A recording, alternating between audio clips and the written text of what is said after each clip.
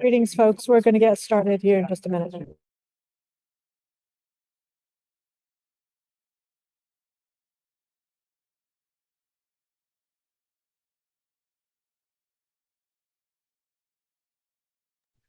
So, but it may. Right.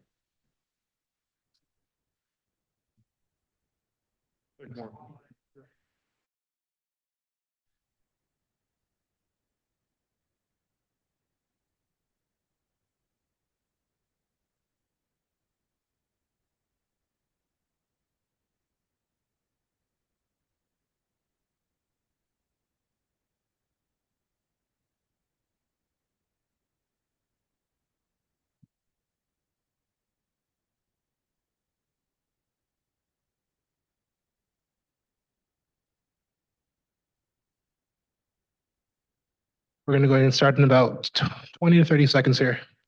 Final checks.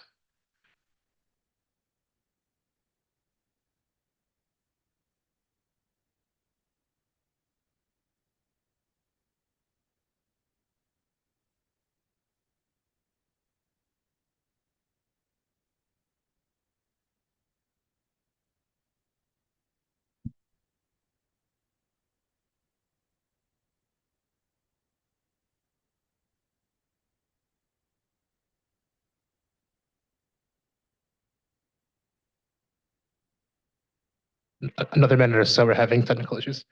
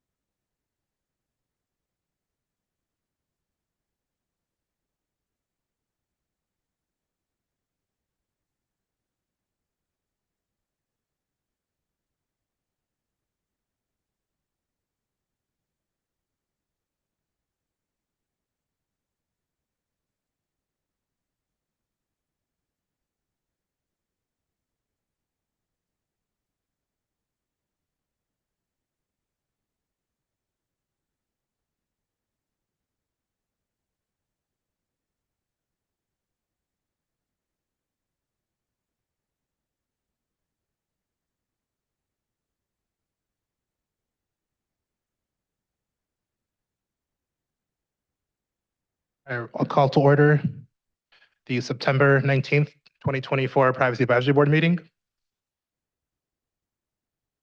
Roll call. Tim Blood. Yao Depa. Here. Brett Deal. Here. Lee Duran. Here. Tora Gentry Kelso. Here. Ted Womack Jr. Here. Maggie Donia Iona, I don't think I notified her about this meeting, so be excused. Not here. And Pega Parsi. Here. And Ike Anyanetu, I am here. All right. So we'll approve the minutes from the May 23rd, 2024 meeting. Just a quick note, that was the last meeting that we met as a board. We met at the Logan Heights Library, and just as a note, we do periodically engage with the community in various initiatives. We had community hearing events. We've held more or less Q&As that were not part of our regular agendas. They are special meetings. So as part of the boards and commissions, that is something that we are able to do when necessary. We have various ad hoc committees for subtopics and for almost every single technology that we present and recommend technologies on to the city council. So that being said, I'm just going to go ahead and do quick public comment on the minutes. I don't think I have any here or online. You do online. The original, we're going to do the original, and you've got control for that. All right. Okay, We can do 2 minutes. okay, thank you. With all the technologies that you were discussing at the last meeting, it would have been nice if we could hear how often those items were used on, I understand the basis of what they're saying, but I think it's important for transparency and accountability to the public to make them aware of how often each of the technologies are used to see what the, cost benefit ratio is. Because they do tend to cost a lot of money, and many of them didn't seem like it was something that would be used on a regular basis. But again, so I think it's important if the people can be aware of that, if the police can provide that kind of information so that we have an understanding, of, just, where the money's going and if it's being spent wisely, or if this is something that they don't necessarily need to use all the time, and things like that. So the more transparency for the people and the public who are paying for these, the better, so that we have a clearer understanding. So just, that's it.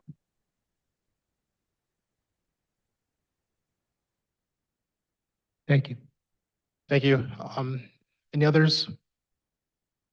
I do want to note that we have the annual report on our technologies that is, well, I think we're expecting it at the beginning of 2025, and that will include usage of the technologies. So everything that is required per the ordinance absolutely will be included in the annual report. And it's also mentioned, I believe, in the Q&A. One of the supporting documents for this meeting is the Q&A for smart streetlights, of which the annual report is due early next year, which we'll get to later on. There's a kind of when we have a small attendance like this, I'm happily going to go ahead and just do public comment first. We don't have quite that many things to mention in the minutes that are going to affect that. So there's something that can be addressed, such as how he's going to be used. I'm absolutely okay with shifting things around. So just point of order for the rest of the board as we setting norms for future meetings.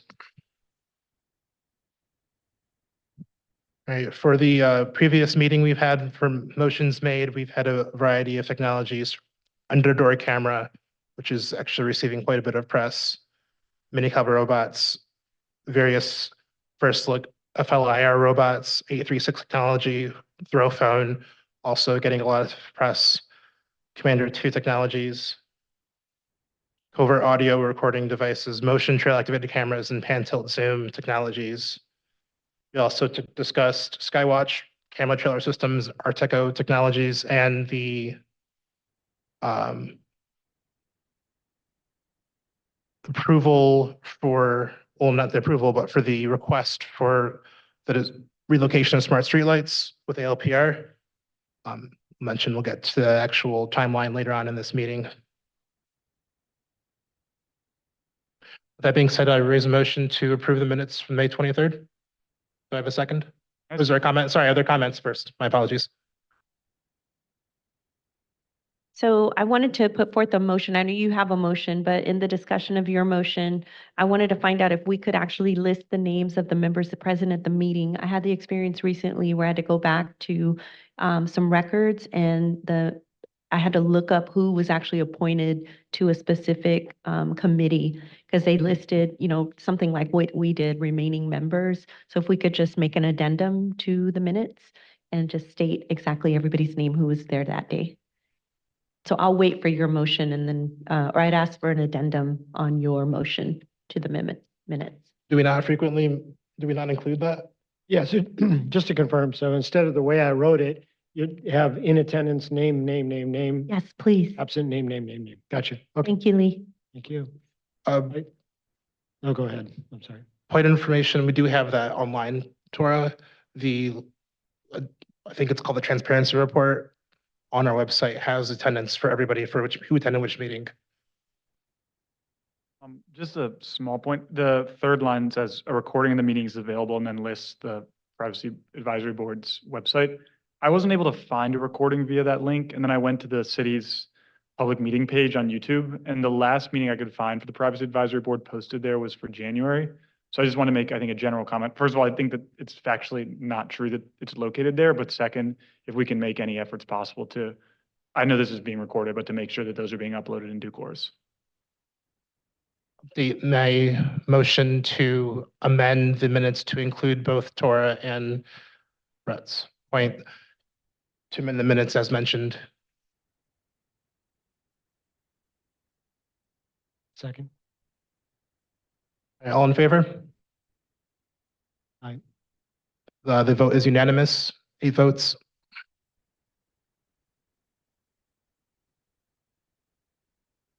Back to our agenda. All right, we're going to go ahead and move on to item number 3, non-agenda public comment. I don't see any forms for in-person, so we're going to go ahead and look online.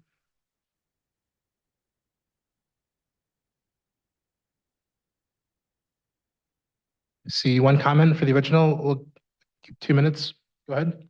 Thank you. I think when I was mentioning about the showing how often those are used, I feel like that's something that could be brought forward as they're being addressed and being brought to you guys, not having to wait until the report comes out, because I think that's something that they should know and be able to provide while they're sharing those things with you, so that you guys have full information and you're equipped with that information when you're making a decision. But it's unfortunate that, and I understand that there's been some shifting in the board and needing to get new members, but it's unfortunate that you haven't had meetings for the past couple of months, especially when surveillance technology was put up for the Comic-Con and then the Pride parade in Hillcrest. And wonder is if those technologies are actually still there, or if that was something that they were just being put up for a short period of time and then they'll be being taken down. I think it's important for the people to have, full transparency as far as when these things are coming forward. Otherwise it kind of negates your guys's job and what you're here to do, which is to make sure everything is going and following the ordinance. And I feel like sometimes when it's sidestepped, and I understand you weren't there, but perhaps there could have been a special meeting called prior to those technologies being deployed, just for, again, accountability and transparency, so that people, can be have that information before it just kind of happens. I find that when that happens, people are, just kind of seeing them being deployed, but they don't really have a say in it. And I think it needs to be something that is addressed to the public as well, not just something that the San Diego Police Department just kind of takes it upon themselves to do. So I think for in the future, if that happens again, where some kind of technology is going to be deployed for Thank you whatever for the reason. original. That's time. I want to start out by saying that is, so our last meeting was May, and we had no quorum since then, so we actually could not officially recommend anything.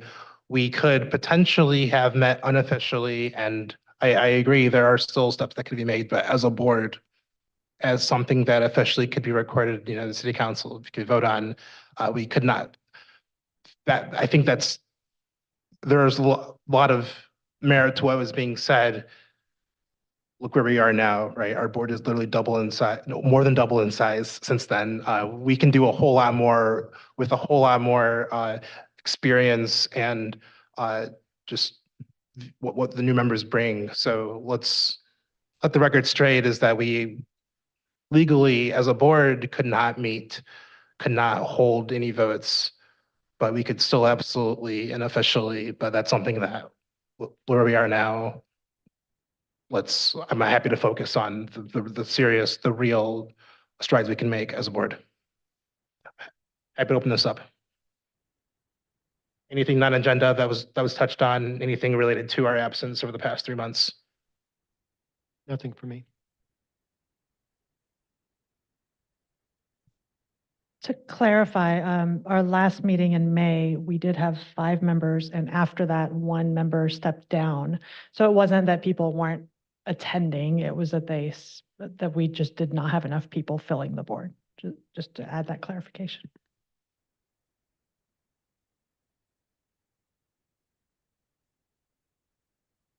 Excellent. All right, without further ado, let's go ahead and move on to item number 4. Smart streetlights update discussion. I think I'm admin, so I can present now.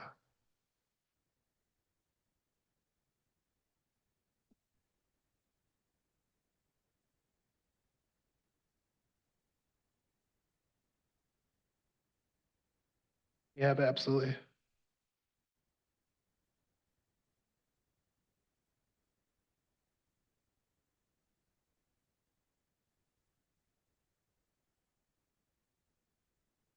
Okay, so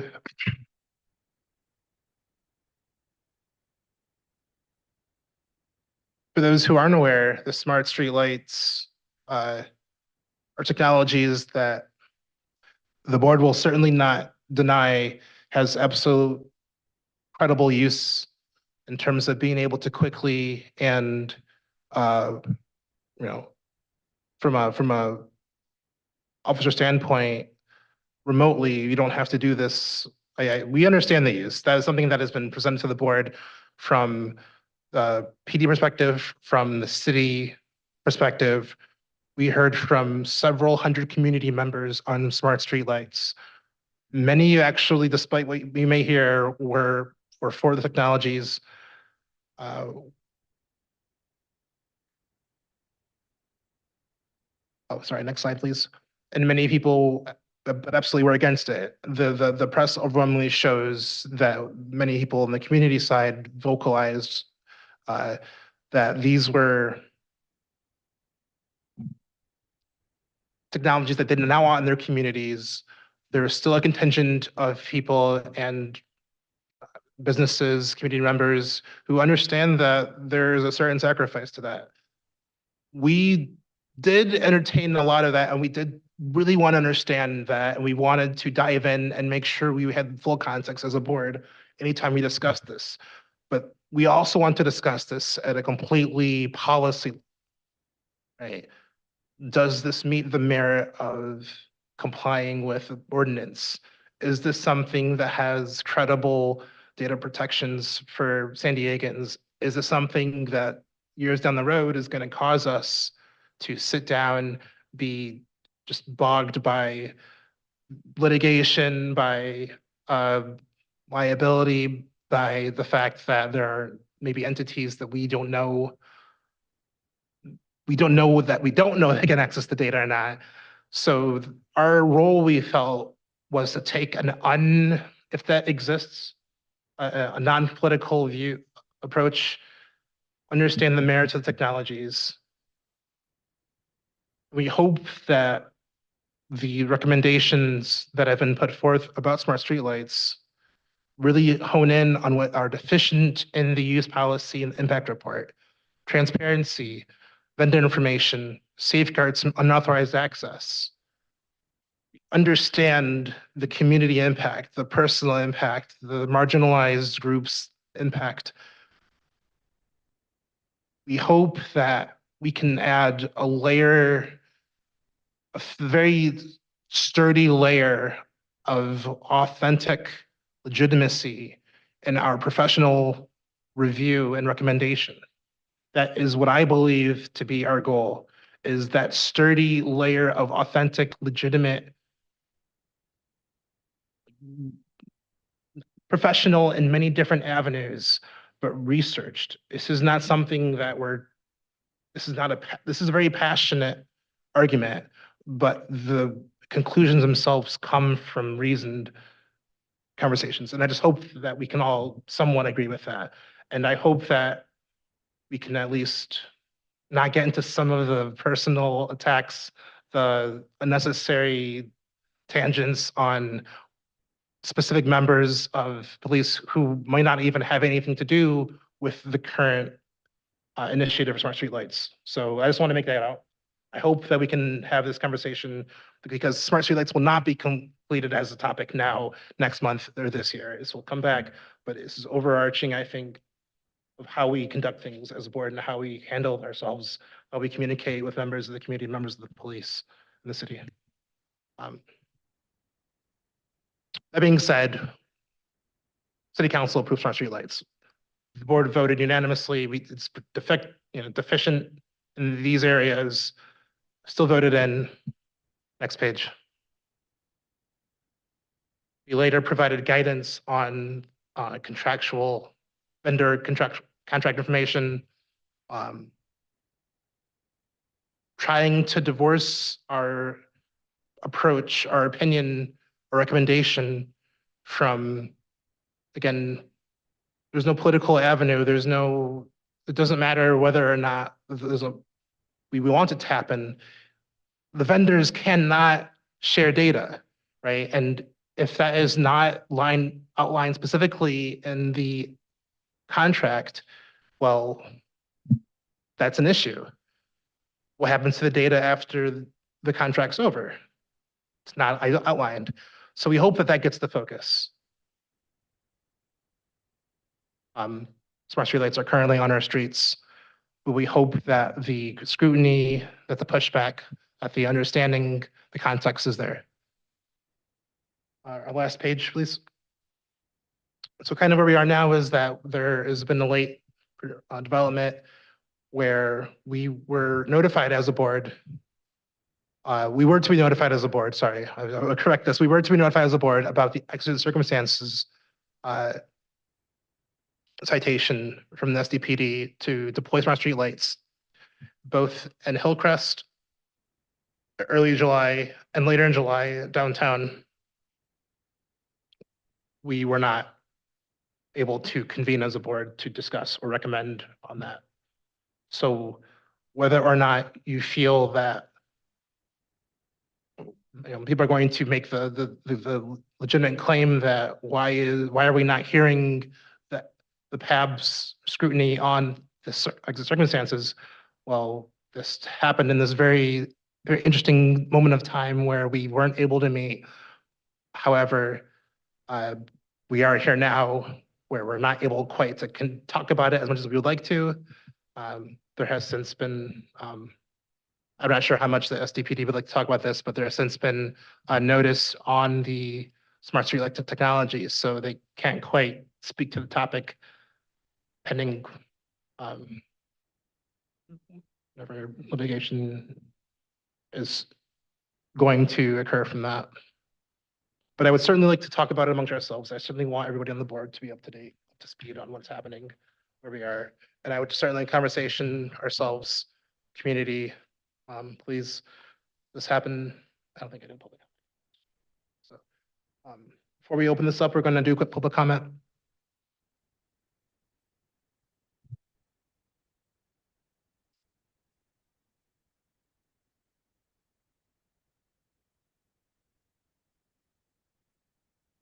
Original first, and then Catherine Douglas. The original. Yes, so I'm wondering if you could answer whether or not those streetlights that were put up are still there and if they're going to stay there. And if that's something that's going to be on discussion or if it's kind of now just going to be not talked about. Then I'm also wondering if was ALPR in addition to the streetlights? Was it a package that was put up? Or is it just the smart streetlights? And, if there's litigation that can come forward from this, is that something that you're taking into consideration to make sure that, the community is okay with this? Because this is what the community still has to okay it. Even if the council does what they're doing, you still need the community to be approving of it. Otherwise, all that's going to happen is there's going to be coming litigation forward, which would then, cause more issues. So I'm wondering if you use that as part of your decision making. If, how many people actually in the community would have to come forward and say that they don't want it there for it to matter. And I don't know if that's something that's in your purview or this something that you're able to take into account when you're making your decisions, or if that's something that would have to be addressed with the city council or even the police department. And is the reason why there's litigation because the people's voices isn't being heard and they're not approving of what's happening in their communities. And then where do we go from there? Because if the people have to pay money, because if there was a settlement that's still coming from the people and the people are paying for the litigation to take place, I'm just kind of wondering where that lies with what you guys are doing and what you would do about that if you continue to have litigation on different technologies that are coming forward. Would that, would you be mitigating that in your how you're deciding, or is that something that you would just kind of let happen and it doesn't really matter as far as your decision making goes? Thank you. We're going to move on to Catherine Douglas. I should be unmuted. Got it. Okay. Thank you. Catherine Douglas. There is a clause in the ordinance that addresses exigent circumstances, and Chief Scott Wall exercised this. I was at the press conference in Hillcrest. His objective was to keep the LGBTQ community safe. There were thousands and thousands of people at that parade. And at Comic-Con, I can't speak to what was maybe caught on those cameras that were put in with the exigent circumstance. But at Comic-Con, I do know that there were a number of child trafficking and sex trafficking people that were saved because these cameras were put in at the last minute. Thank you. Thank you. Other comment?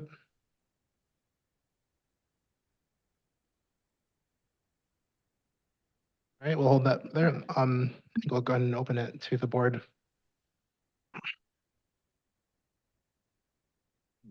Happy to go. I have really a couple of comments, and I'll take your guidance since this is my first meeting on what to do or how to have discussions.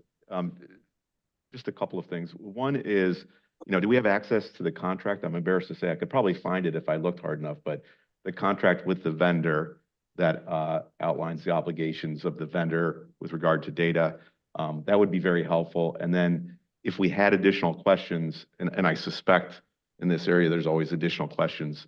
There's a lot of rabbit holes you can go down with who has the data and who's responsible for keeping it safe.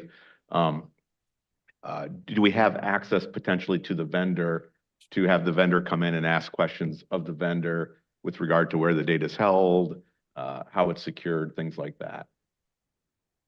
That's one comment, general comment. And then my other comment is, or really question is about the exigent circumstances use of the cameras. I don't know what happened, so I'm not prejudging anything. When I saw it struck me as an unfortunate use of the exigent circumstances clause of the ordinance, because we all knew Comic-Con was coming, we all knew Pride was coming, and absent some sort of credible imminent threat that arose that nobody knew was coming, some sort of emergency, a terrorist type thing, something awful like that. It seemed like it was instead maybe an afterthought, like, oh, maybe we should use these cameras, so let's use that clause in order to use the cameras.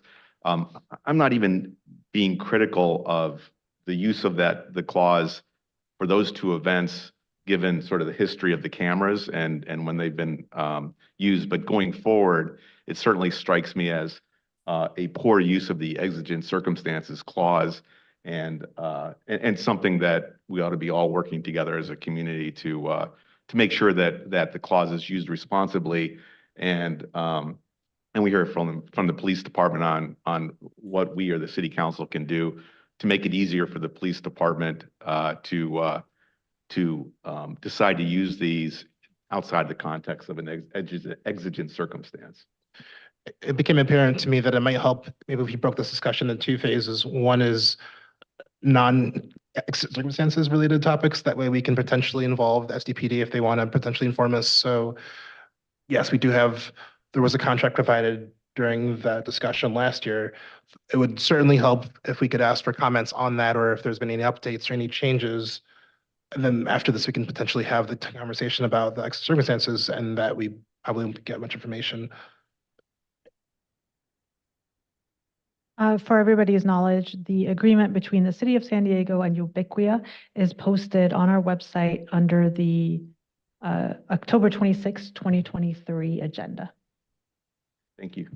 So to that end, is there anything that we would like to discuss not related to the exigent circumstances as pertain to the July items mentioned just now?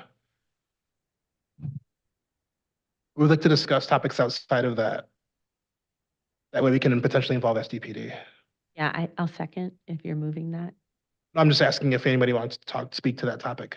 To the exigent circumstances or outside? No, so for example, we had a public comment on how often the technologies, I believe the smart streetlights being used, and that's unrelated to that. This is over the past year or so, right?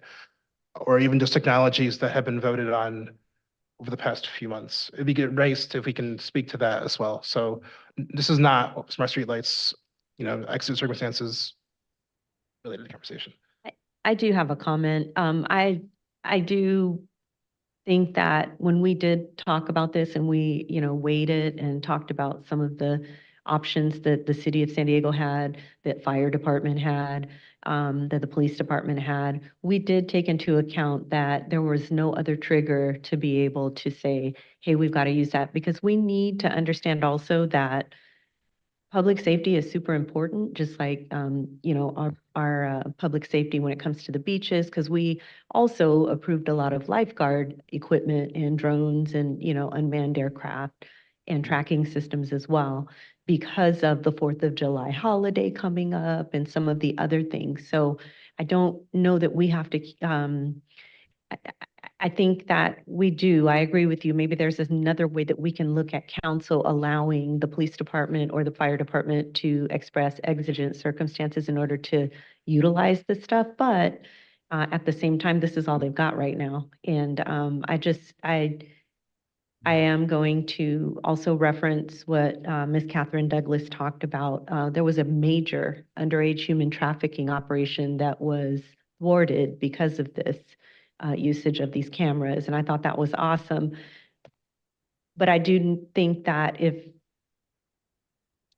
I'm very happy that the current chief, Wall, went ahead and activated that, because what if there were a terrorist event or something that affected, public safety at a huger level? You know what I mean? Like that, I'm happy that he made that call. But I do agree that maybe there's another way for us to allow these public safety departments to have some type of an extra clause to say, you know what, at this point, we're going to have to activate this, that, and the other. We can't wait on, the bureaucracy to move forward. We have to sort of make a call for safety.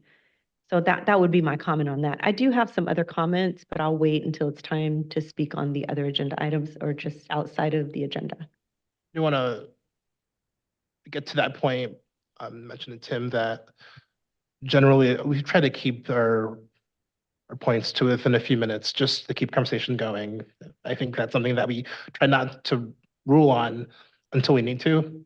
So just to mention how we normally do things. This will also address, I believe, a public comment made. Are these being taken into account in our decision making? I think if we can get any information about litigation, that's great, but that's not going to be the determination on whether or not we have a decision to make or an opinion. That's an independent decision. If there's an outside thing happening, it's unfortunate that we may not be able to ask the questions and get the answers that we want, but that's not going to impact, in my opinion. I don't speak for the board. This is a personal thing. We can also feel free to respond to that too if you guys have any other opinions on that. And then to Tora's point, if we want to move with circumstances, that's going to be tough to swallow. I think I'm 100% on the side of technology that helps solve crimes and not waste efforts, but it absolutely cannot come at the expense. You just have to make sure it doesn't trample any rights, make sure it does the things that it's supposed to do. It doesn't let bad guys bad guys as in third parties who aren't authorized access to these devices to see these things. It's a question of at what cost. So that's all I have. I think you had one and then Pega. Yeah, I think this is just a question. So it seems like there's been discussion about this, what I understood to be an undercover, basically investigation into the sex trafficking at Comic-Con. I hadn't read any, or I have not read any articles linking anything to do with smart streetlights to that. So my understanding is that was an undercover operation taken by state and local authorities, essentially, doing old-fashioned police work, if you will, sources, posing as undercovers. My question for the police would be that, I don't know if this is a question we can ask, but if there was any use of smart streetlights in any of that. So I take the point that that was a successful operation, but I would like to see if there's any nexus with the actual technology being used.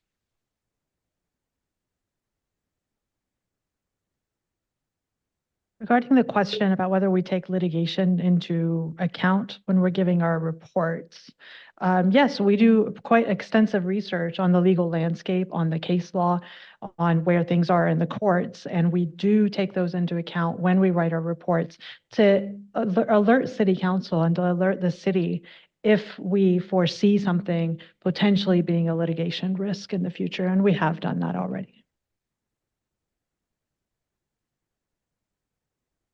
Yeah, I just want to highlight a couple of things. One is we're an advisory board to the city council. And so we've made a number of pretty strong recommendations regarding various technology.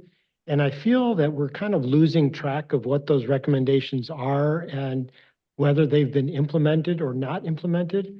So for example, in smart streetlights, there was many comments and recommendations, and I thought they were pretty strong and serious. And unfortunately, then the response regarding those particular questions just says that they've been addressed. And I don't understand how, when, where documentation. So I would like to somehow keep track or make a way that we can monitor our comments and whether they've been taken seriously or not. I want to thank you, first of all, Lee, for pointing our attention to that Q&A response, which hasn't been addressed yet. But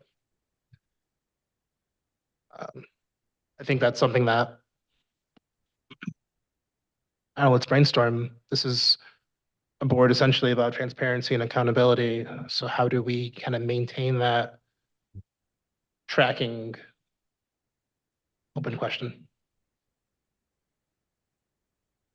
Yes, I would have a question. How does the board communicate its recommendations to the city council? I mean, because that may be, the place to start is where are all the comments collected? And then that'll at least give us something of a checklist to go and see what happens. And then I guess that's my first question from a process standpoint, to figure out how to sort of complete that process, to see what the reaction is to our comments. So we submit them. Eventually we'll reach council and their staff, but directly to boards and commission. There's a limit on, of course, who directly you can send it to, just Brown Act reasons, of course, maybe a council pres. The question isn't, will our recommendation reach the city council? The question is, what happens next? And when they convene to vote on it, and this usually often will go to committee beforehand, where a lot of the real meat will come out, and honestly, a lot of the hard work for the PD will come long before then too. But if you want to see where the meat and bones is, a lot of this isn't done in committee. And then we see a lot of it affects a lot of the public, in council, but the rationale, can we justify this for this technology that happens there? And before that, right, the recommendation itself it was disseminated, council members can read it, the staff can disseminate it, can go through it, can make their own objections, can make their own affirmations. This is a process that we've seen happen several times successfully. Even this year alone, there have been several technologies that we had recommendations on, and I agree with Lee in that we need to be doing better. We need to have a very efficient way to ensure that kind of the follow-up and the last end of the cycle, so that reinforces the decisions we're making going forward. But if we can actually ensure that what we actually recommend has that effect without, yeah, sometimes we get a bone thrown from us, in my opinion, from the SDPD. They will make changes in a use policy or impact report. And there are several such cases, I think, that are not just, hey, PAB, but like these are legitimately, hey, this is real progress we're seeing. But this is, of course, extra. Every single thing that we want to do on top of this is going to be extra work for us. So if you want to keep that, we just have to make sure we keep in mind what realistically we want to do to yeah, is there a potential position that we want to make for that? Is there some kind of outreach that we want to hey, these technologies that we voted on, hey, this on our website, here's our list of technologies. Is there a way for some kind of feedback loop where we understand how these are being implemented?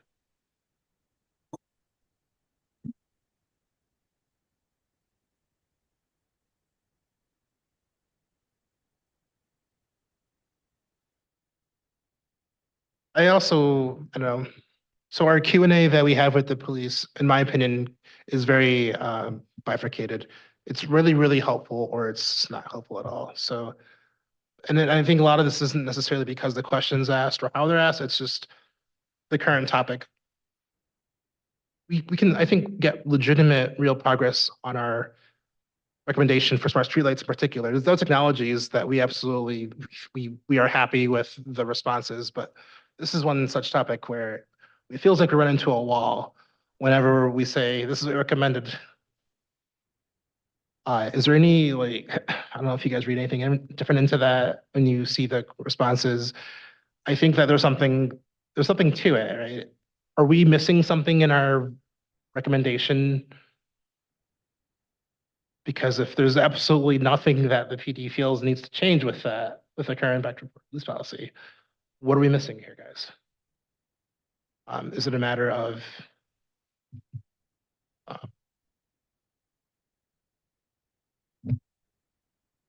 I don't know. I'm not fully bothered that if the police department, fire department, or whoever the technology owner is, may come back and say, we believe that we don't need to follow this recommendation because of A, B, and C, and they list it out, and then it's public domain, we make a decision, that's fine.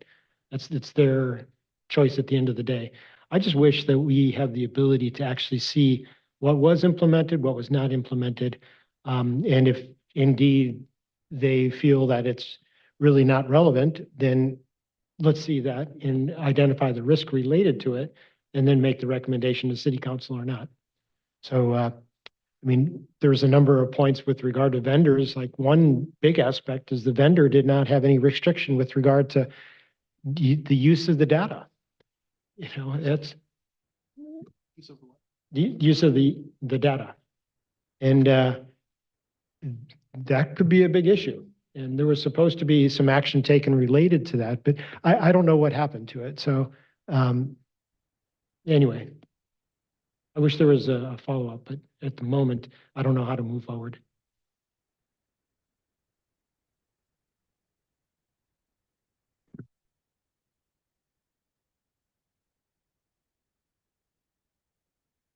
Is there any clarification, any context that maybe you guys could help provide when you hear our pondering? What does this make you think? Well, I guess my first response is good afternoon or good evening, everybody. My name is Captain Jeff Jordan, and I'm in charge of research analysis and planning and crime analysis. Under our new reorganization, I think I got a new title, but in the tradition of San Diego, new title without in lieu of salary. That being said, you know, I think it's helpful, and I think there's a disconnect, and I think there's obviously new board members who might, if I may, just maybe for 5 minutes, talk a little bit about the history and talk about some of the different things. Because when I have a board member tell me there's no restrictions on data, I would have to know what technology he's speaking about, because there's 54 technologies that have gone through this board. And at this moment, I'm at a loss as to which specific technology he's speaking to. But in general, I will tell you, and I'll just use the example of maybe the history of smart streetlights. During the course of the proposal, our ordinance requires us to notify the Privacy Advisory Board of the technologies that we are bringing forward. That notification also includes an impact report and a use report, and the items that are in the impact and use report, what we have to present are all documented within the trust ordinance, so different issues. In addition to that, after the initial items are presented, we have tried to the best of our ability to answer questions, engage in dialogue. With me today, for example, like just in this particular, this item, when there are questions, and I have a couple different responses from 2023, I believe we answered over 110 questions related to the technology, including, sir, some of the ones you asked for, as where's the data house, what's the level of security, all of these different things. I bring both of those forward. If anybody wants a hard copy versus looking them up online, I'll leave them here. And by all means, I'll submit electronic versions as well. But I think to the extent the PAB has documented or put most of these items online. In addition to that, in our contracts, and I think as much as there's expertise on this board that I respect, I also have to always defer to the opinion of my counsel, which is the city attorney's office. And when there's recommendations related to data sharing, I thought that the contract was very specifically on page 15 as to what the data elements are, including that we are not to be sharing data. It's all owned by the city unless we're compelled by a search warrant, valid subpoena, or court order. I can't get out of that. The judge tells me I have to produce this data via a search warrant, court order, subpoena. I have to do that, or I have to go to court and tell the judge, hey, maybe bring an attorney with a motion to quash or something along those lines. But I'm not an attorney. But I will tell you that's in the contract. I'll leave that for you as well if you want to take a look at the hard copy on it. And I think sometimes there's some confusion when we do write contracts that the exhibits and the documents that we bring forward as use and impact reports are exhibits to the contract, and the terms are also binding in there. So in addition to that, after we go through this and we present and the boards makes recommendations, in many cases, your recommendations are exceedingly clear and we respond to each one of your recommendations. I think sometimes this board feels like they're in the same position I am as a captain on the San Diego Police Department. Oftentimes I make recommendations and the chief of police can choose to accept them or not. While I am disheartened sometimes when he doesn't take my recommendations, I acknowledge that he is the ultimate deciding force in that, and I understand what my role is.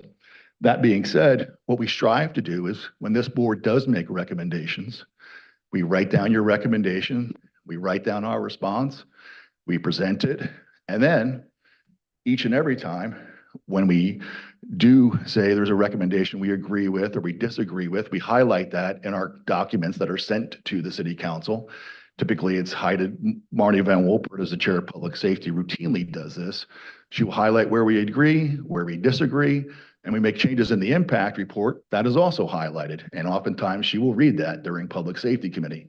So those documents are all part of the public committee records. So I think we have tried to be compliant with the trust ordinance. I think we have tried to answer your questions, maybe not always in the speed in which this board would like. I understand that you guys are all very busy. And just for background purposes, at any given point in time, I have 25 open projects and a number of people I supervise and various, issues that we deal with. I will offer this up.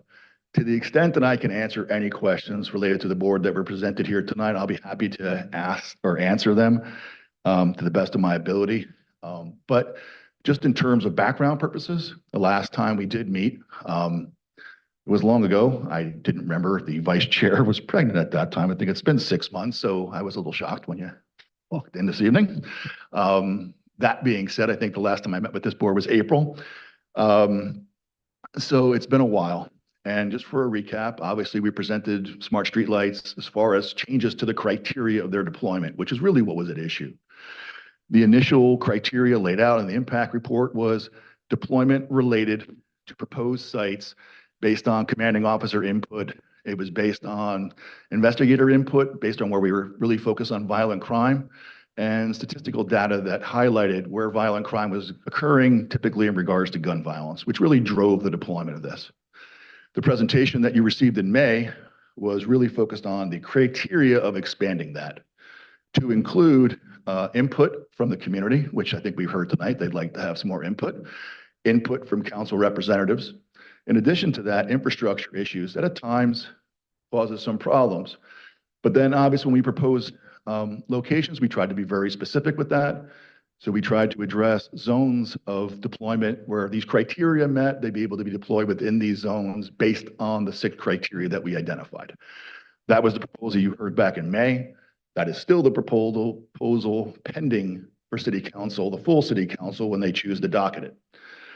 That said, went to public safety after presenting to you. I believe that was in June, July timeframe. And we're now waiting to present to full city council. So with that being said, that's kind of where we left off. But in the interim, we did have, by the direction of the chief, and he, cited the exigency clause within the ordinance, which I would suggest significantly differs than maybe the exigent requirement for a warrantless search. It's a little bit different in terms of the language in the ordinance versus what you might find in what I usually operate in terms of an exigency clause related to a warrantless search.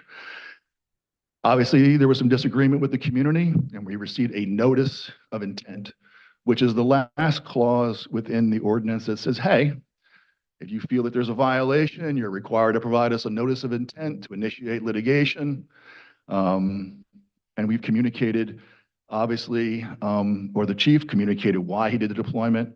Specifically, public documents I can speak to was in terms of Hillcrest, we had a significant increase in hate crimes, upwards of 73% over year from the last time we responded out, including when we did deploy, we did use smart street lights and recently published papers that we've made arrests to some of the hate crimes with the newly deployed technology that was up there per the exigency clause. In terms of Comic-Con deployed, I believe the chief at that point cited some of the extremism, both domestic and internationally, leading to concerns in regards to the need for extra technology.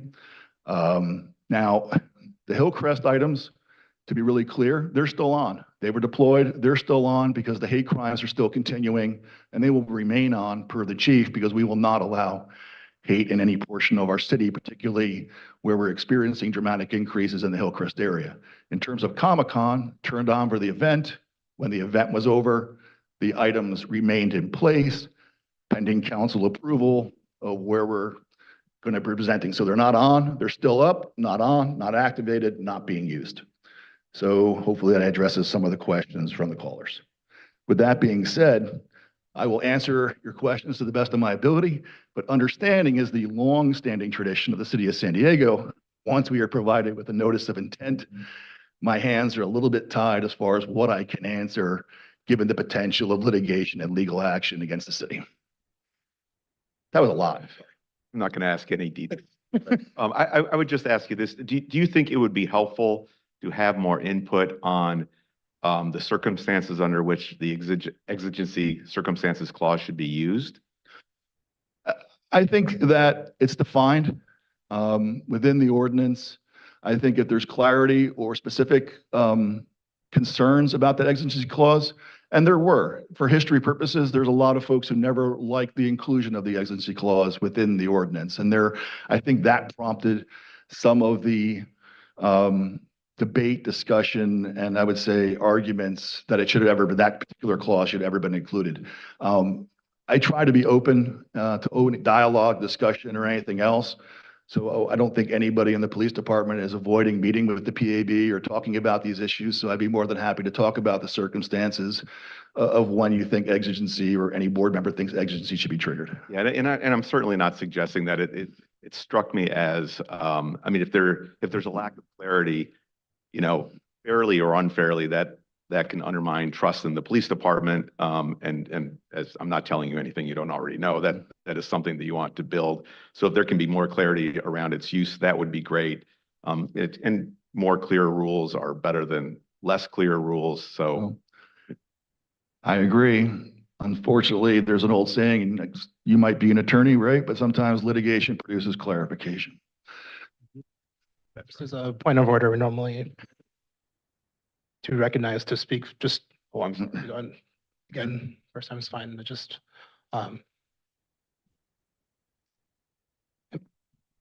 Sorry, can I just ask a question on the exigent circumstances? I'm looking at, this is in the ordinance, it's under the definition section. Mhm.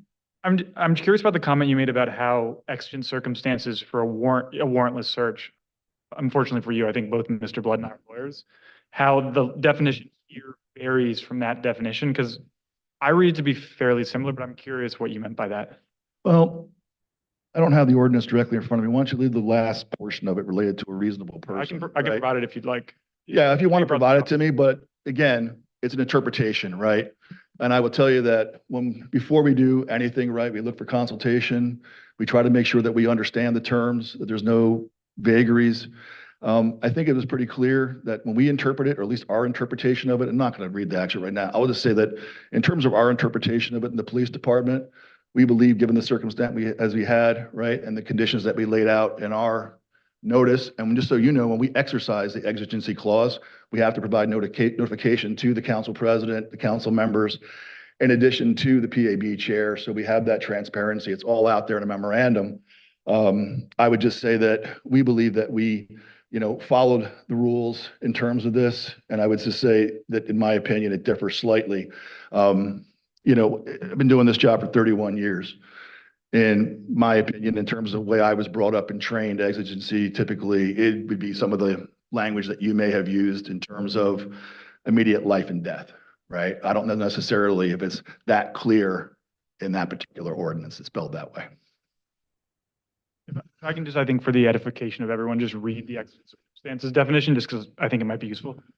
Exigent circumstances, this is from the city code. Exigent circumstances means an emergency involving danger of death or serious physical injury to any individual or imminent danger of significant property damage that requires the use of surveillance technology as determined by city staff acting in good faith upon known facts. So I don't know if we disagree. I just wanted to point out, I think that is pretty similar to how I understand the, warrantless search. Yeah, I would say it's a little broader in terms of the ordinance, at least in my opinion and my assessment. yeah, I believe you had something earlier. Yes, so my question is, in terms of the hate crimes and the reason for installation of these cameras, are there metrics you guys are using to determine which areas to have the cameras installed? I'm sorry, can you get a little clarity on that? Are there metrics being used to determine which areas has higher hate crimes than others? Yes. So before, just so you know, sir, for background purposes, we did a very deep dive, and as I mentioned, I'm in charge of crime analysis for the department, particularly as related to gun crimes, gun seizures, violent crime, the use of a gun. That drove a lot of our decisions related to the initial proposed areas for deployment. And that was in the first iteration. And then as we began to look at, and we, in May of this year, I believe we testified, or the police chief was here, and he brought forward our annual crime report, which we're required to provide. One of the items that was brought up during that presentation was, I think, and probably got the most council feedback, was the fact that we had a 73% increase in hate crimes. And it doesn't appear to be subsiding, at least anecdotally. I haven't pulled the stats in a bit, but I'm seeing a continued rise, particularly with some of our conflicts around the world, that there's still a rise in hate crimes. And I think even the paper recently reported out some of the rise in hate crimes that we're seeing. So we do try to use statistical evidence and evidence-based or information or data-driven decision-making within the police department. And I think when we saw the 73% increase, when we saw some of the crimes going unsolved, we felt that there was going to be a continuation of it. And just for background purposes, people mentioned Comic-Con and Pride Week. We get in excess of 200,000 people, 250,000 people at Pride. We get usually in excess of 150 to 175,000 people for Comic-Con, packed into a relatively small area. These are high risks, situations, and we do use, to your point, sir, data-driven information, as well as other information that we get from source to kind of drive some of our decisions that may go beyond data. Are those data available to the public, or do we have? So we have a public-facing dashboard. And typically, and I actually think that when we made notification to the council president and to the PAB chair, we included heat maps and data points along with that notification memorandum. So if you'd like, I'm sure I can re-provide those if they're not readily available. But we have those documents and we typically will use them in our notification memorandums and in our reports to this board. Those documents, if they're not within a previous agenda, they are, as far as I know, are posted on the SDPD website pertaining to each technology.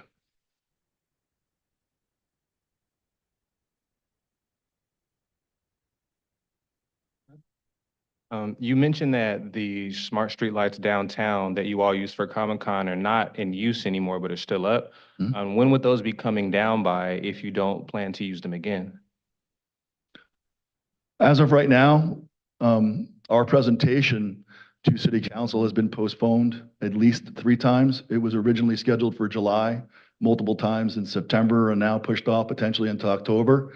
I think for now, the plan is to leave them up pending some decision from the council about what criteria for deployment.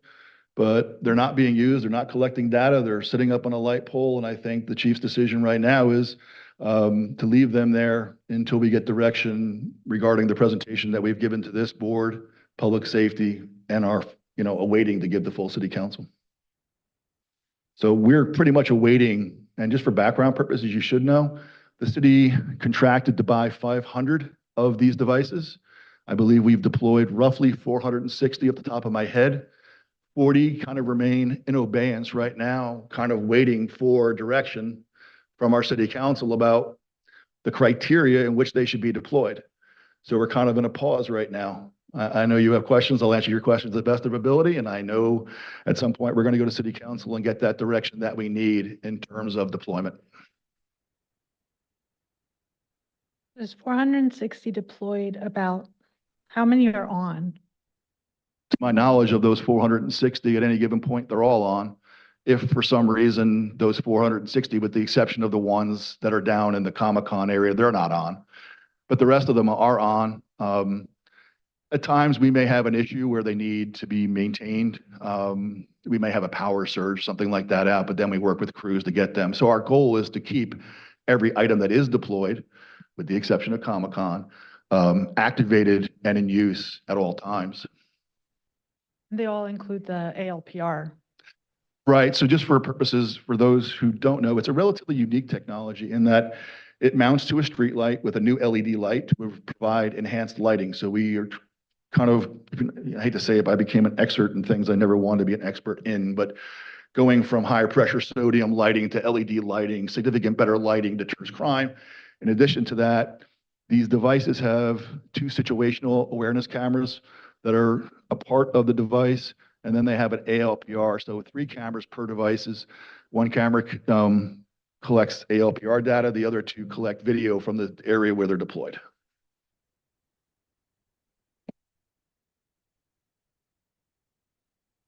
If the exigent circumstances have expired and there are no metrics that necessarily would warrant the smart streetlight, what reason would you all want to keep them up and operable? So if you're referring to the specific Hillcrest cameras that were deployed via exigency, so Those and the ones downtown, yes. well, the ones downtown are not, they're deployed but not activated. They're not in use. They're not collecting any data. They've been turned off.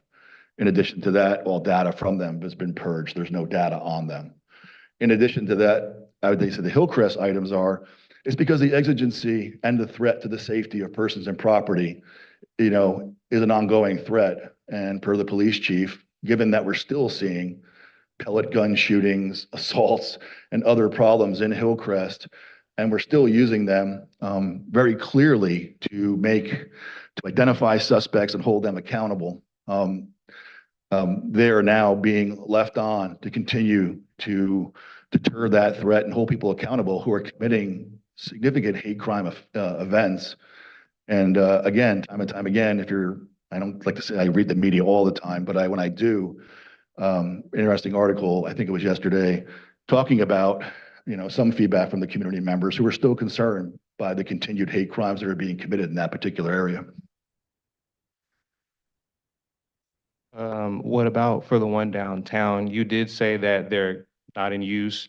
And if I misheard, excuse me, but I didn't hear you all say that there were metrics for the area downtown for high hate crimes or anything like that. And being that the exigent circumstance has expired, what reason would you all want to keep them up downtown at the convention center?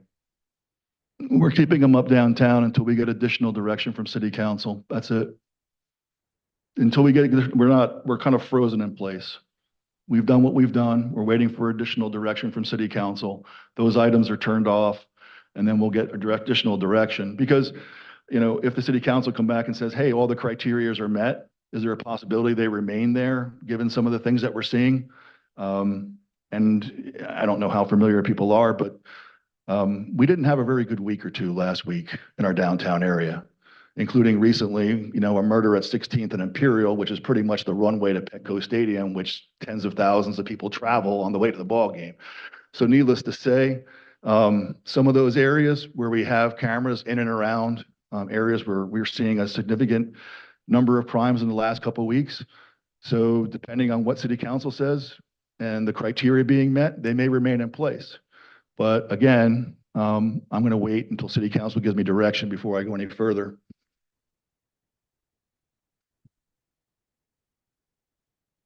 Thank you. So I just want to, it's a clarifying question, and I'm not critical of the use of the cameras in these various areas.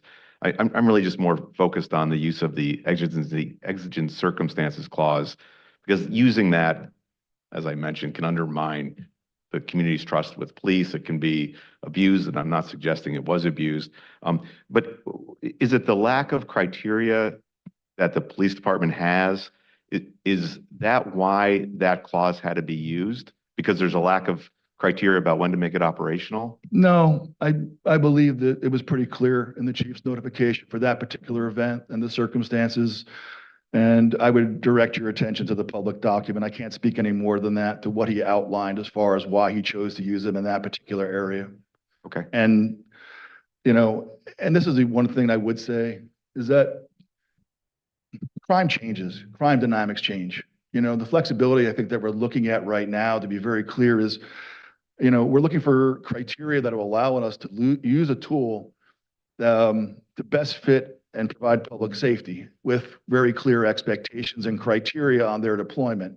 So I think when we initially rolled these out, in my opinion, I thought our criteria for deployment was relatively limited. I think it should have been expanded to take more community input, council input, and address some of the infrastructure issues, silly things like we didn't think about, like trees growing, like, hey, next thing you know, we have a tree, or hey, we had a building now put up that used to be able to, look at this particular area, and now we don't with new construction, and then just infrastructure issues. But no, I don't think it wasn't a workaround, if that's what you're insinuating. I think the chief was very clear in his direction as to why they were deployed in his memorandum, and I would direct your attention there.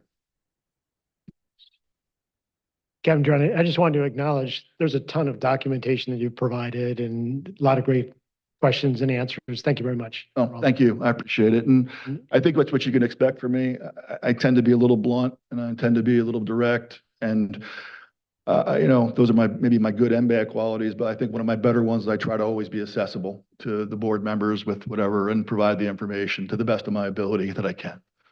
And just as a follow-up to that, where, for the sake of the community, et cetera, there are a bunch of documents out. Oh, sure. And I'm on the website and I can't find them very easy. Where would I locate like the Sure. chief's document, for example? So, just in terms of mostly documents, San Diego PD has updated its webpage. We have a kind of web page with a little tile. If you were to go to SDP Data and Transparency, we have all of the technologies there, along with what the trust ordinance is, documents that have gone back and forth that highlight the various technologies, data and transparency page. So all the different technologies are there, the impact reports and use reports.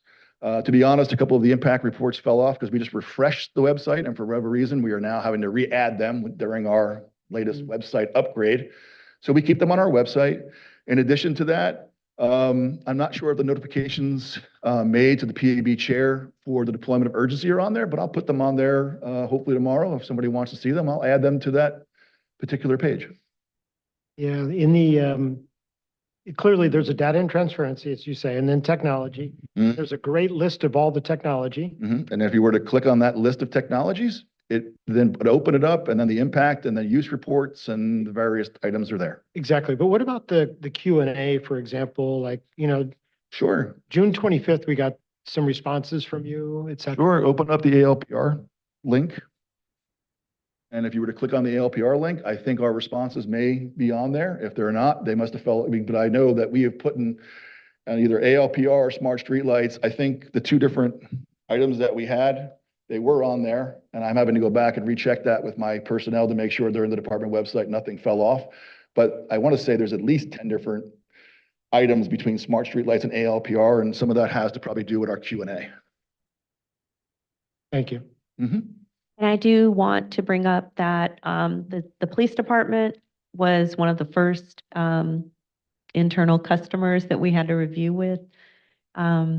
When I was appointed to this board, I thought I was going to be excited about the other city departments with other technology that has privacy risks. But because I did want to say that I was very proud of how they compiled their data, studied the ordinance, and actually modeled all of their surveillance and technology use impact reports and policies on a specific template so that fire started using it. And I'm hearing other city departments are also using that. So thank you all for that, because it did help us when it came time to review all of that stuff. You led the way on that. So I appreciate that. And I will second that you did always make yourself available. You gave us all of the staff. Every time they came, they would bring the staff that is subject matter experts for the technology that we were reviewing at the time. So I love that. You guys brought your teams out. Thank you for being transparent with us. And you took the hard questions and you answered them for us, even though we weren't always the nicest to you. So thank you, Captain Jordan. 31 years, I didn't always get nice, but I'd like to say thank you because we do have dozens of subject matter experts. Particularly, I'm not an expert by any means in forensic genealogy and DNA evidence or any stretch. So my lab folks appreciate the kind words. In terms of fire, we're proud to lead the way. We consistently do it. We always have.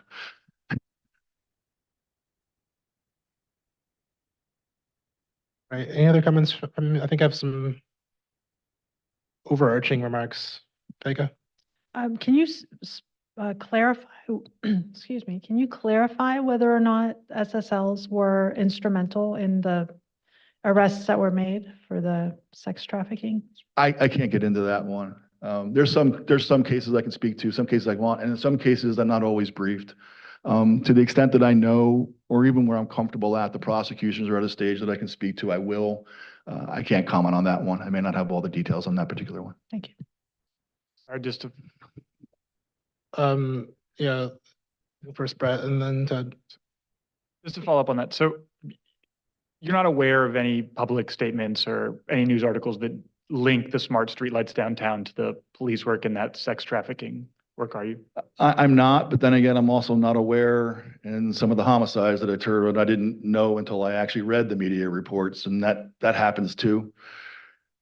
I want to say, top of my head, because somebody did ask about data and usage. Don't want to, give a shout out to the original. But that being said, I think we're approaching now 200 investigations related to these, and I'm not familiar with every single one.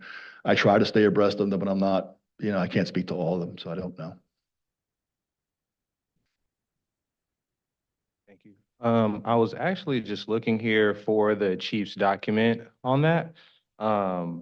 But these links here under the smart streetlight technology side don't work other than the privacy advisory questions response. There's about 10 here, but only those two in response to the privacy advisory board questions Mm. actually work. Like I'm opening up the map and the other policies and those aren't working. Can we possibly get those? I'll refresh them. We just went through a massive system upgrade to the website. So if they're not working, I'll have my folks check on that tomorrow. Thank you. In addition to that, I will resend the notification documents with any supporting documents tomorrow for you, sir. And feel free to distribute that out to your board. We have quorum now, so we can certainly get the word out. Very good, sir. It's frustrating. I really, really like and respect Chief Wall. I do as well. I have- So he's watching, I do as well. I worked previous chiefs. I did do very limited work, previous chiefs. Whether or not you support how things are, you can't deny that we have some effective chiefs here. Anybody else kind of I want to feel good about the circumstances. I want to not believe, but I want to, at least for downtown, all you hear from the last few months of news is how crime has gone down actually in San Diego. I've heard from at least 4 different news outlets, robberies, rapes, aggravated assault, and there's data on that. So I'm led to believe that, wait, we're not actually that much in danger. Are we in danger or not? I don't know. It's just hard to tell so that's one of the things I hope, and I really hope that we get that together, and because this communities, there's going to be a lot of scrutiny on that if there's not very clear justification. Let me just talk to data for a moment. I mean, I'd love to stand here today right now and say that our 16% reduction in, vehicle thefts were directly related to ALPR technology. There's correlation, I hope, right? But I don't know if there's a cause and effect. So, Oh, sorry, I forgot to mention that the report was, the decrease was before that at the streets. yeah. So the first year, 2023, that was before we had that technology on the streets. So it's not just the LPR that's helping. no, and I would say that there's a correlation of data, but I would always be hesitant to say cause and effect.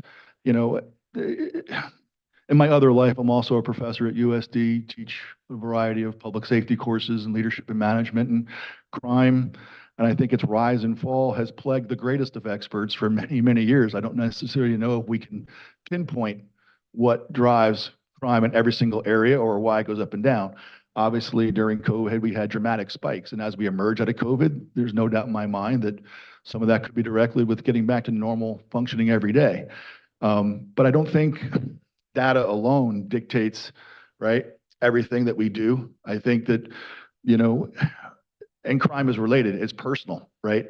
If you're the victim of a violent crime, or your loved one is a victim of a violent crime, what I often believe for all those who maybe have hesitation in regards to these things, that the use of that technology, like we did to stop somebody who tried to kidnap a 5-year-old and a 4-year-old one day after the other and bring them into custody at the mall and take them into custody, that's, in myself, if I did nothing else but do that with this technology, then I would say that's a win. So data doesn't drive everything. We try to make informed decisions, but if I'm the parent of that child, I take that one case as a win every day. Where you're coming from, I think data just tells a bit of the story, especially there was a previous justification of the original locations, because you take into account not just location of the heat map of crimes, but also there's a combination of factors that go into where these should be deployed. So I do agree with you that data just, it is a piece of the whole story. And I do think that, at least in terms of scrutiny, people aren't going to touch the Hillcrest. I mean, but justification for the downtown Comic-Con, and because that's the clearest, okay, these are going to be here forever, aren't they? If you're going to justify it for Comic-Con, it's going to be here forever for every event. 4th of July, New Year's, Holiday Bowl. I mean, why not? I think the holiday is in Snapdragon this year, isn't it? Hey, we still have extra cameras to install.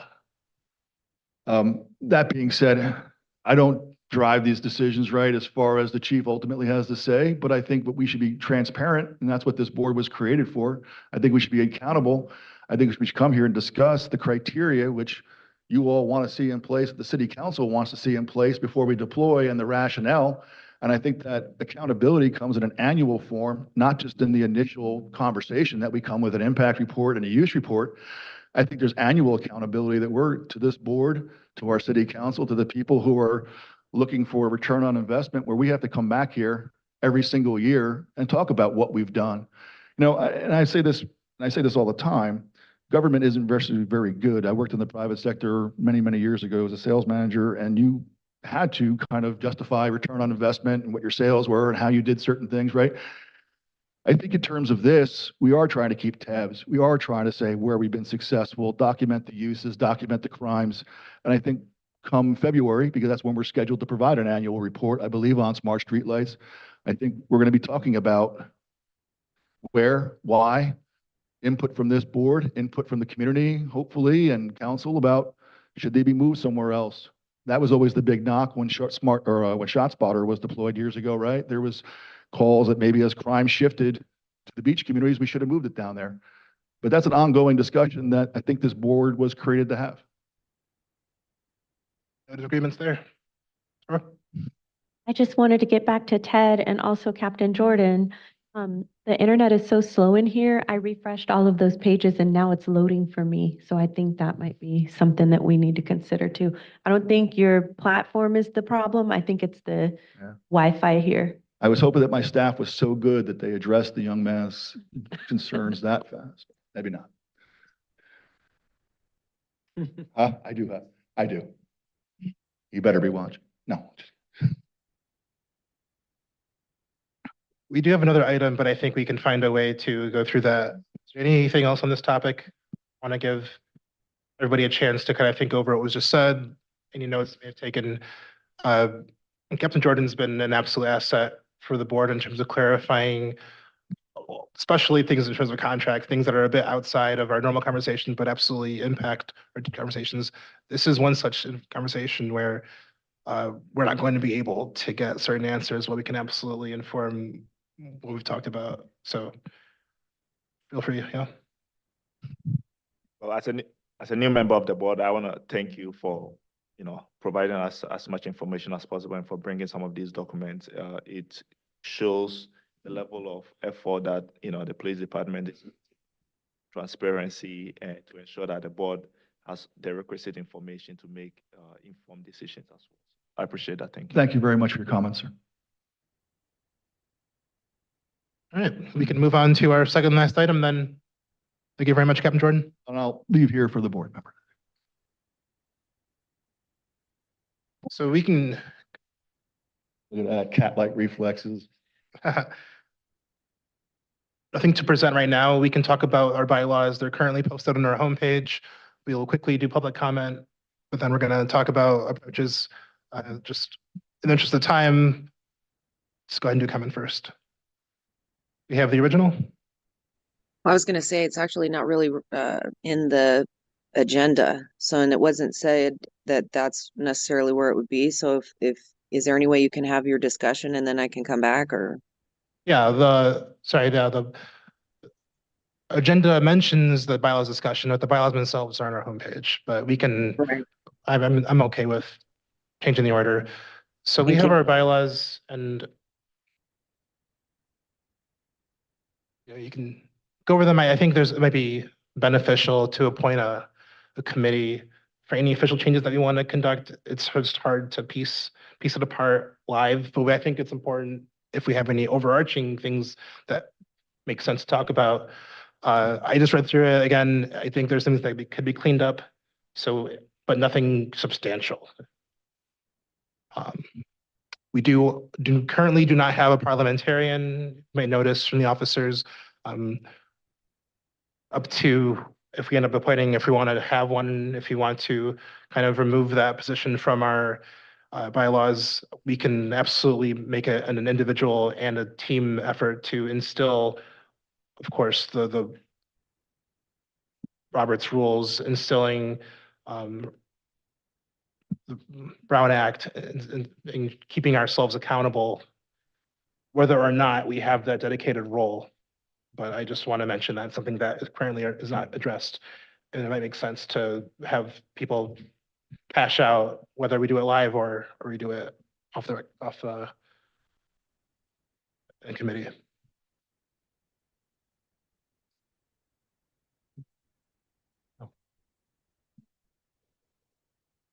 Tora?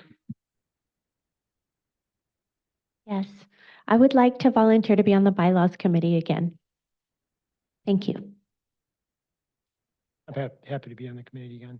The last time we did the bylaws, we had included conflicts of interest in the original bylaws. It was decided to take them out of the bylaws, but I don't know what happened with them. So is there a separate conflict of interest specifically for this board? I'm not mistaken, it was an overarching boards and commissions policy that. Yeah.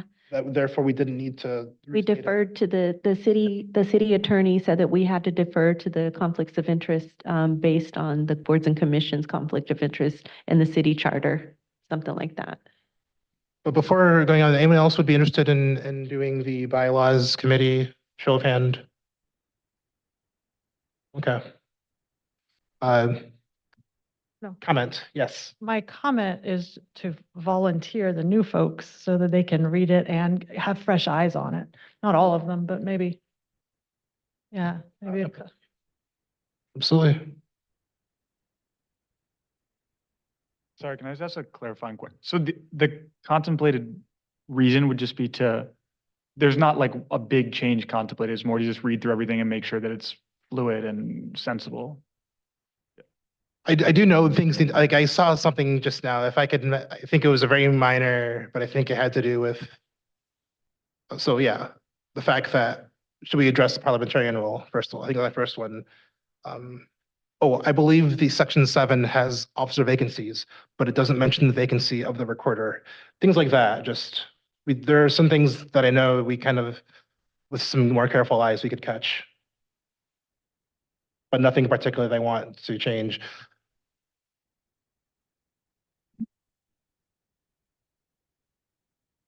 I'm just going to say, like I said, when we first got appointed, now that we are a full board, I think it's going to be important to reconstruct those, not so much reconstruct them, but to enhance them so that we have a smoother process and everybody sort of understands, how we operate in the city. Because I heard some things here tonight that was also frustrating to me as a member where, God, there's a lot of echo where, like, where do our recommendations go? How are we flowing those up? And why isn't council taking them always, you know what I mean, as the golden bar that it is? So maybe we should have some type of a process of recourse when they're not accepting or, acting on or, approving some of the stuff we have. So I'm a passionate bylaws person, so.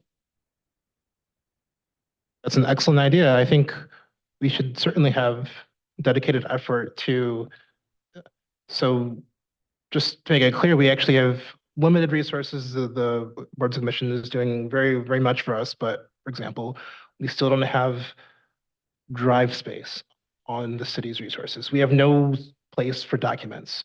Anything like that has to be done on our own personal devices or on personal servers. My personal email account is what I use to hold the hundreds and hundreds of gigabytes of documents that we need to disseminate every time we get technology coming in. And then I make sure that I, because I run out of space very quickly, so I have to make sure I don't lose that because we resend it out. We don't have dedicated space for the city. So I think it would be great to actually make that, maybe we can get a committee to not just space on our recommendations in a central location to note that, but I think guys you're reigniting things that I had laid dormant that I had not thought about in a very long time, but they make a lot of sense to do. But thank you for mentioning that, Tora. So there's two schools of thought in general for bylaws. One is you keep it general, and these are overarching guidelines, more from a governance standpoint, and then the detail is in the committees, et cetera. The other one is to keep it as detailed as you can. So there's policies and procedures in a single document. I mean, that's fine too, but that's going to require certainly that every year we make sure we update those policies and procedures. I think the original draft had a bit of a constitutional lean to it, where anything not explicitly mentioned, right, in the overarching rules is not and mentioned in our bylaws should then be deferred to in the state boards and commissions. That that is just my understanding of how they were made, and that is Okay. a long time ago. Want to do another comment, and then I want to jump back to public comment before we have our finishing lines here. Brett, did you have a comment? Okay, then the original. Thank you. I appreciate you doing that beforehand since there wasn't anything provided. I do think that there has to be something where you guys can keep your documents in a place where even they're accessible to the public as well. But that way there's some kind of track being kept, whatever, you're maintaining tracking of what's going on so that you can see what you guys have recommended, what's actually been implemented. And then you can also share that with the people so that we can kind of see as you guys go along how it's going and not just kind of have to almost like I can go back and kind of look in my notes, but whatever's going to help you guys do the job better, I think would be good. I just don't understand why the city doesn't have any kind of resources for you guys. I mean, I understand they're letting you use the a space right there, but perhaps you can bring something forward to the council and ask them if there's any way that they can help you in this matter, because it's very important to be able to access whatever documents, be it you guys or even the public. And with such an extensive amount of information, whatever can make it easier for you guys so that we can have the transparency and accountability that's needed. So I'm hoping that you guys can get that in some form or fashion. Thank you. Wrong words. I was originally thinking of a committee for the bylaws, but now maybe another committee for maybe just documentation or data comms. Thoughts? Would there be interest? Anybody be interested in working in such a, really our main goals is having a process. I'll tell you what the current process is just sending emails out and CCing the appropriate parties and hoping that the changes are reflected eventually on our website, the ones at least for documents. When we get notified on technologies, those technologies will end up use report info policy on our website, but it should also end up, it just would be easier if there was just an area everybody could go to. So before maybe a different area on the website that a committee could kind of just hash out. There you go. Can we create something like a box account that we put all of our documents in for ourselves? I requested, Not public. I made a request to IT a few months ago, and I got positive feedback, but I think it was just a bit before the recess. Our own. Oh, our own, that's not publicly available? Yes. We're already using our own emails. We're already storing these things in our own Google Drives. Why can't we have a box or Dropbox or whatever it is that, A publicly Okay. available one. but no. Yeah, I think we can figure something that's a middle ground. All of the city Dropboxes require .govs, and so, you guys wouldn't be able to access, the public's not accessing. And I think there's so many documents it's too many to have just on a tab on the website, right? And so I think we can work with IT, revisit the conversation. Obviously, there's new membership, new momentum, and a lot of other things coming down the pipeline. So I think we can revisit that to figure out what is something that is accessible to you guys and the public that's not only accessible via .gov email address. And so we can follow up with that, maybe have an update at the October meeting. Kind of like how the SDPD has a by technology separation of documents and data. It'd be nice. But I think that also is related to the topic of just how do we ensure that recommendation, or how do we track that? How do we ensure that the proper parties and that, at least from city council, SDPD on, how do we know that our recommendation is getting the response it needs without waiting for the yearly report? And is that a relevant effort to what we're talking about with just centralized data? Is this, does it make sense to have this as a related effort? I do agree with whatever happens, we need to have some kind of way to make quick access to these documents. So that's, should be available, a Dropbox, at the bare minimum, a Dropbox. And maybe just from, I mean, just everything I've heard, I mean, maybe it's two groups working on things, or maybe it's one group doing both, but a bylaw issue certainly, and then also maybe board operations committee, something like that. I mean, a lot of these things that I've heard are operational issues, right? Just collecting documents, making sure everybody has the information they need, and then communicating with the city council and then follow up. All those sorts of things are probably operational things that deserve a subcommittee or a group working on that, as opposed to trying to do it on the fly, because there's, it's incredibly valuable, and it can make all of our lives a lot easier and the work product a lot better. So, and I don't know, and the reason why I suggest it may be, I don't know if it's two committees or it's one committee. I agree with Lee. I mean, I'm not sure how much leeway we have with the bylaws, since it's a public board. But especially with an organization that is newer, broad bylaws that encompass a lot and give us flexibility probably make more sense. But that said, the operation of the board may bump up against bylaw issues. And so it may be that it's one working group that works on both bylaws and operations that may make the most sense. It may just be the most efficient way to sort of take a big picture view of everything, and then how do we start solving the problem? My logic was that a bylaws committee specifically could have very focused, targeted work. That work would have an end date after they've drafted what they believe would be good changes. And then the operations, which I think is a wonderful name, committee, would kind of be a continuous ongoing work, which would be a different scope. I just don't want you have to commit to that much work if you just want to work on, say, make sure our bylaws are up to date. So I think that gives us people an option.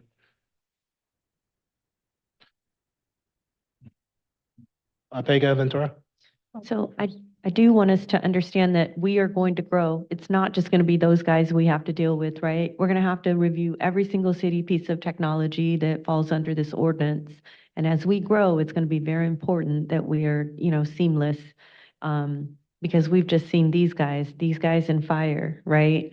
So I think it's very important that we remember, the big picture. And you're right, operations is definitely going to be impacted by bylaws, but if you just want to do bylaws, like you said, are we volunteering? Are we appointing? What are we doing right now? I'm gauging interest. I'm kind of sensing two separate committees right now, engaging interest in who wants to be a part of those. I think I understand who wants to be in part of the bylaws, but if there was an operations committee, I think I might want to be a part of that. But would anyone else want to be interested in being that committee? I'd like to be on both because, it's obviously why, but I'd like to be on both, please. I think we might find a lot of interest if there's one in particular. I mean, I think we can probably just do it right now. Who's interested in being in the bylaws committee? Show of hands. Be helpful for new members. I think it's going to be more targeted work. We can just knock it out, get changes. Would there be a fourth? Because we can do up to 4. Would love to if you join. I'm a little loath to admit that, I don't have any, I've joined something and now I'm going to change it, but sure. Any interest in joining the operations committee? We have 4 and 4. Excellent. So then we'll raise a motion then. I had one other thing to mention, and I think we have a question out to the city about whether or not we're allowed to have an intern, because we've had people that are interested in interning for us. And that might be a place where we can get somebody that can put these documents in whatever box or Dropbox, have a naming convention so that things are easy to find, but I didn't know what the answer was. Yes, you should be able to have an intern. We do have a paid internship program called Employ and Empower, so they would have to meet and qualify for that, or they would register as essentially a volunteer through the city if they don't qualify and we want to go unpaid. We'd have to work with our compliance department because this is what it's born out of, but we can raise that with the director, Christiana. Should not be a problem though to set that up. Great news, thank you. Let me just confirm the operations committee is Tara, Pega, Ike, and Ted. I haven't nominated yet, but I think the interested parties were for operations, Ted, Tora, Tim and myself. Yep. Oh, not Pega? Pega. Oh, no, okay. no, she, Okay, no, we have our four then, never mind. any other comments before we do our motions? Victoria's a motion then to, I'll just do separate ones, I guess. For the appoint the bylaws committee, they'll be tasked with bylaws edits. I think that it's okay if they're small in scope. We don't, I mean, we don't need a new, but if he feels like we need that, that's great. But I think it's a pretty good document. It got us here. That would be Lee, Tora, and Brett. Can I get a second on the motion? Yeah. All in favor of the committee? Aye. It's unanimous. Another committee then for the operations, this would be to be determined when that committee would end. But I think that's something that we've clearly established would be a net gain for community members, for the staff members, for ourselves, and would kind of be something that's necessary, especially as technology starts to come in at higher volumes. So that would be, let's see if I remember who was on that committee. Myself, yes, Tim, Tora, and Ted. I second the motion. All in favor? Aye. Motion passes unanimously. All right, that ends it for today. We'll move on to the last item, adjournment. There is a motion to adjourn. All in favor? Thank you, everybody, for a great first meeting of the fall. The recording has stopped.